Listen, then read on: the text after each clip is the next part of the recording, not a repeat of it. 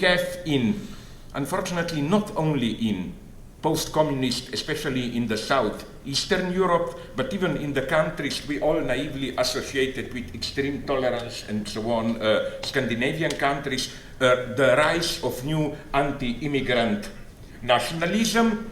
And I can well imagine Bao said, yeah, of course, we worry about this, so experts should explain to us the social dynamics, how to contain the problem. What is wrong here? In Kantian terms, this is typical private use of reason.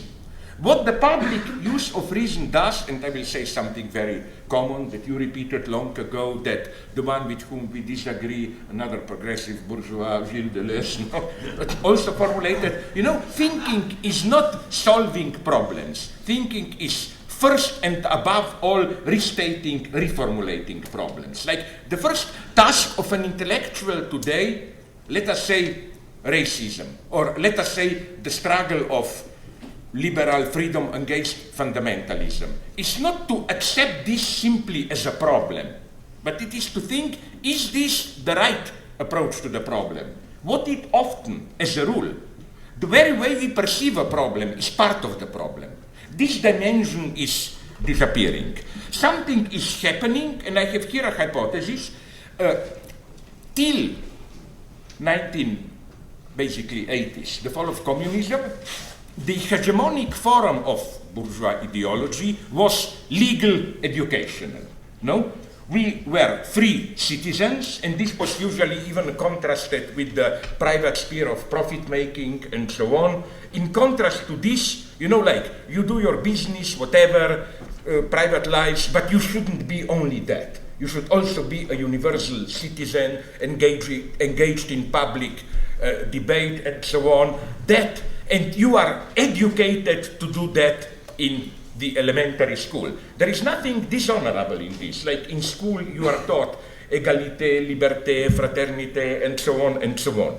I claim there are ominous signs demonstrating that today this couple of education and law, legal frame, is receding, and that economy, by economy I don't mean real, empirical economy, but the market logic of economy is directly imposing itself as ideological frame. What do I mean by this? For example, in education, precisely the Bologna process, the gradual dismantling of the classical bourgeois school, I mean this in the best possible sense, the school system is less and less the compulsory network elevated above market, organized directly by state, the bearer of enlightened values, liberté, égalité, but on behalf of this sacred formula, lower costs, higher efficiency, it is progressively penetrated by different forms of PPP, public-private partnership. More and more we get of this. Then, even in the organization and legitimization of power, the electoral system is more and more conceived on the model of the market competition. We are told that elections are like a commercial exchange where we, the voters, buy the option which offers to do in the most efficient way the job of maintaining social order, prosecuting crime, and so on, and so on. On behalf of this same formula, lower costs, higher efficiency, even some functions which should be the exclusive domain of the state power, like running prison, can be privatized. The army even is no longer based on universal conscription, which I support, frankly, but composed of hired mercenaries and so on. The third level, and here, Josefina, you maybe didn't look enough, he wrote a hardcore pornographic book, beautiful one, short one, called Éloge de l'amour, in praise of love. Yes. It's so erotic that I think, this is private to you now, I speak, a commercial proposal. I propose that, it should be like you buy 2 books, you get a free condom or something like that. No, quite seriously. It's a beautifully written book. Yeah, beautifully book praising precisely the classical notion of passionate love, couple love, against what? With his genius, not general genius, but this genius of finding wonderful particular cases, which, like a kind of a monad, exemplifies reality. Alain, he found an agency in France which is offering this organization to find your partner marriage and so on, in wonderful precise terms, like you can be un amour in love sans tomber en amour, without falling in love. They offer you love without falling in love, without this unpredictable encounter. No? So, as Alain develops this wonderfully, we are basically now, in a perverse way, returning to pre-modern practices of arranged marriages. Only in spite of the relatives, uncles doing the stuff and so on, these agencies are doing it. And Alain, I don't know if I already told you, I have the quote if you want it. Do you know that I found then an American agency which explicitly makes the reference to pre-modern marriages? Their idea is that in today's dynamic life, we no longer have time. It's always this economic moment for slowly erotic play, falling in love. We are dynamic. We have to do it faster. So we need something, they say, that would correspond to these archaic, pre-modern arranged marriages, and we can do it for you, and so on. So again, and here, a nice book by a lady called Eva Illouz. I'm not sure I pronounce correctly her name, develops nicely how self-marketing is present in this place. You know, when you present yourself, it's really like you package yourself up when you go to these agencies. No, you try to present a certain image of yourself and so on and so on.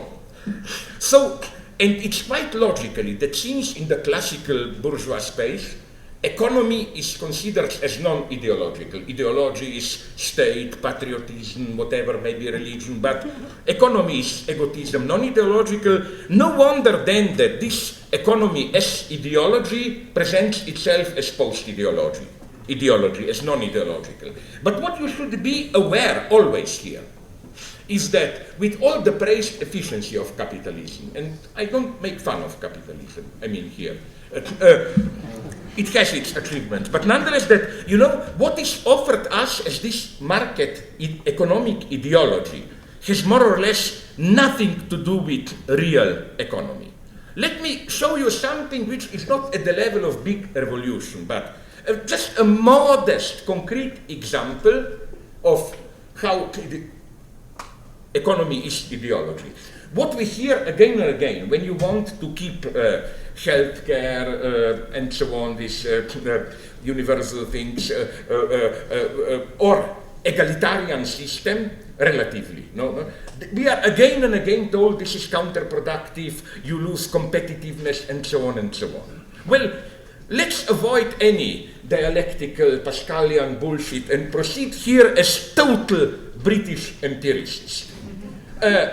A Swedish sociologist sent me his text where he, in a wonderful way, empirically refutes this. He takes the Scandinavian countries and first demonstrates, but to put it very simply, they are incredibly still, in spite of all this bullshit crisis, we had to cut it down.